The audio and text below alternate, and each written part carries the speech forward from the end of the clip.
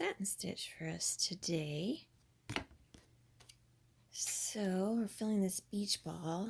When I do satin stitch, I like to start with the center shape, if there is one. So we're going to start with the little center ball here. And when filling a shape, I like to start with a center stitch. And the reason for that is that it helps kind of establish our stitch direction and maintain it on either side. I don't know what the heck. I'm using 3-ply. I don't know why. That's just what I had at the time.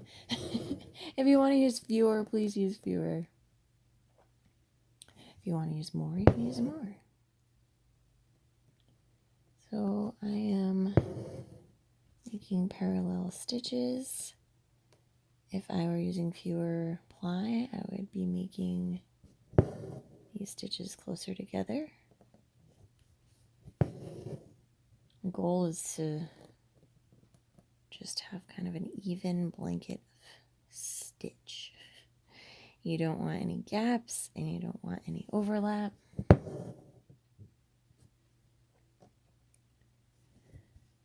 Alright, so there's my little centerpiece. So now it gets a little tricky because we've got kind of some weird shapes here and we have to decide, well, what do we want to do for stitch direction? So in my mind, we could either do something like this, kind of radiating from that center, or something more like this where we're kind of staying, I guess that would be perpendicular. And I think this option that I'm doing right now, I don't know if you can see how it's creating a curve basically. So it's going to add dimension. So that's my thought process on why I want to go with that stitch direction. Let's see how it goes. So let me tighten up my fabric actually before I get too much further, because we don't want to have any puckering. All right, so again, I'm going to start with like a center stitch. I'm going to do this wedge first. And one thing when you're doing satin stitch, so here's my guideline, right? So when I look at this, okay, am I going to come up in the center, very center of this guideline, like in the middle of that line, or am I going to come up a little to the left or a little to the right? Like, am I going to cover the guideline? So in this case, I'm going to go center because this shape's going to be filled in too. But when we get to the edges, we obviously have to cover the guideline. So it's just something to think about as we fill with satin, because I think that can be the hardest part, is those edges.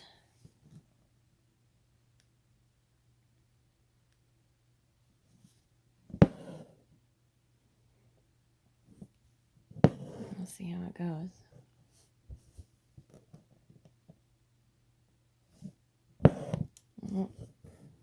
This came up through something. Looks like I hit my tail. Alrighty. So far, okay. That's gonna be fun. I'm gonna just leave it and cut it later.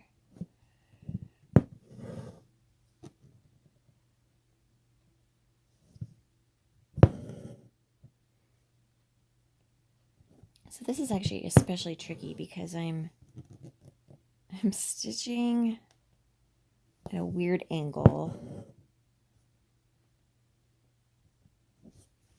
Like my actual stitches, and my body's at a weird angle. So it looks like I'm making my stitches on the right a little bit tighter than on the left. So I'm gonna try to be aware of that as I continue and come up a little bit looser here and a little bit tighter here. Not too much. I don't want to like exaggerate it in the opposite direction. I want to even it out. So just something I'm thinking about. So that's probably the last one on the left before I have to curve. Tricky. So now I'm on my outer guideline. And here we have to do the same thing. We now move to the edge. So it's a good practice shape. It's a challenging one. If you are just not into this at all, if you want, you could just fill the whole circle and not worry about these individual pieces. So if I leave it like this, I have a little bit of a flat spot here. But if I do a full-on stitch, I'm going to have like a weird, you're going to see it because it's almost like, well, basically this is what we need to do, is you're going to kind of tuck in another stitch under here. We'll see if we can do it. I may have done it too far out. We'll see. How's that look? Yeah, it looks all right. All right, now I'm doing the other half.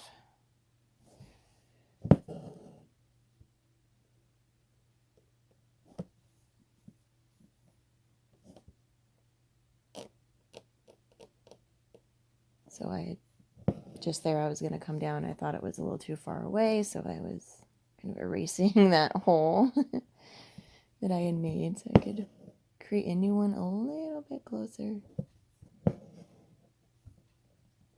So I'm really paying attention to my tension. I don't want you to go in there. I pull, but really lightly.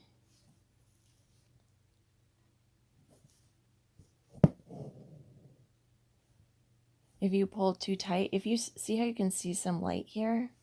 Oh, let me see on my camera if you can actually see that. Not really. If you start pulling on your fabric and your thread starts pulling the hole open, the hole that it just went through, you are pulling too tight. Okay?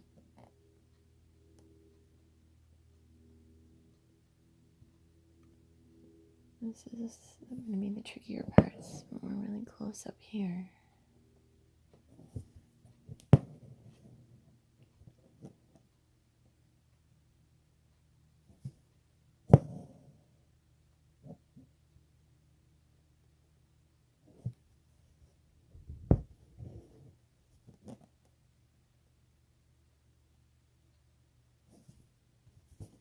It's too close. I think I just need one stitch here. Oh, that was really sad. I lost my thread. All right. I'm running low too. Luckily, we're almost done with this color.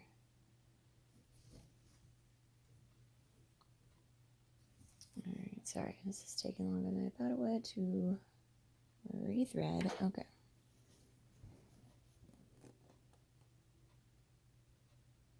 There we go. Maybe.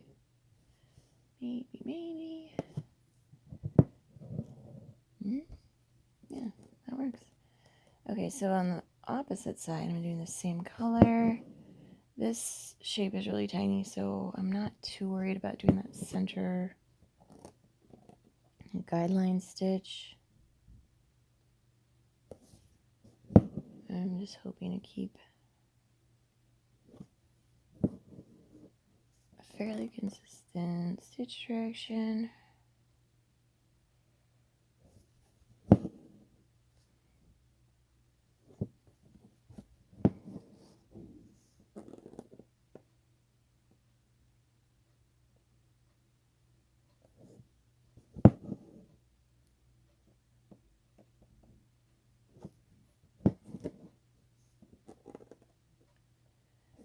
gonna do the same little trick over here.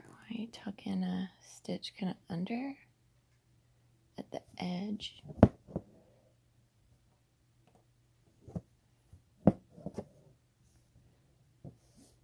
Okay, we are done with this color. So I have like white and blue, I think I grabbed. That's purple. That's white. All right, here's my white. So I'm just going to keep going. Let's see, I can see I had some gaps. I'm like right there. It's an annoying one. And right there is an annoying one. It's up to you if you want to come in and add extra stitches. I'm just going to see how it looks when I'm all done. But I am going to come back. Where I lost my pen. Where did my pen go? It's gone. Here's a different pen. All right, so just so I can remember what I was doing for my stitches.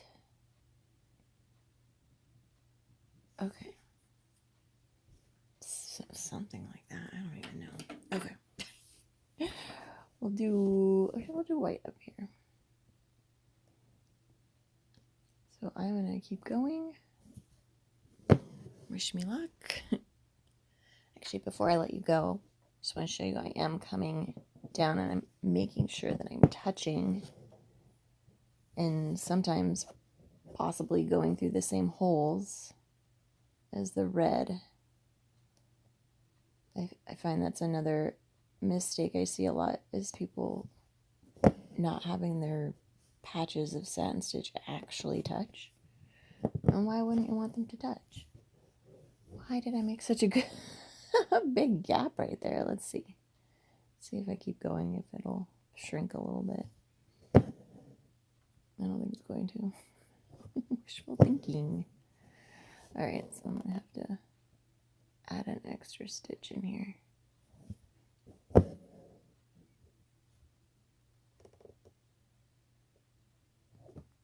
Fill in that gap.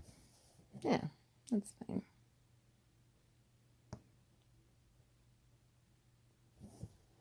My needle is just too big. When I do the bingos, I do multiple videos at a time, kind of batch them, and so I like to get all my floss ready ahead of time, and sometimes I end up putting thread on not exactly the perfect size needle, just kind of what I have left over. Okay, I am going to keep going. But good luck.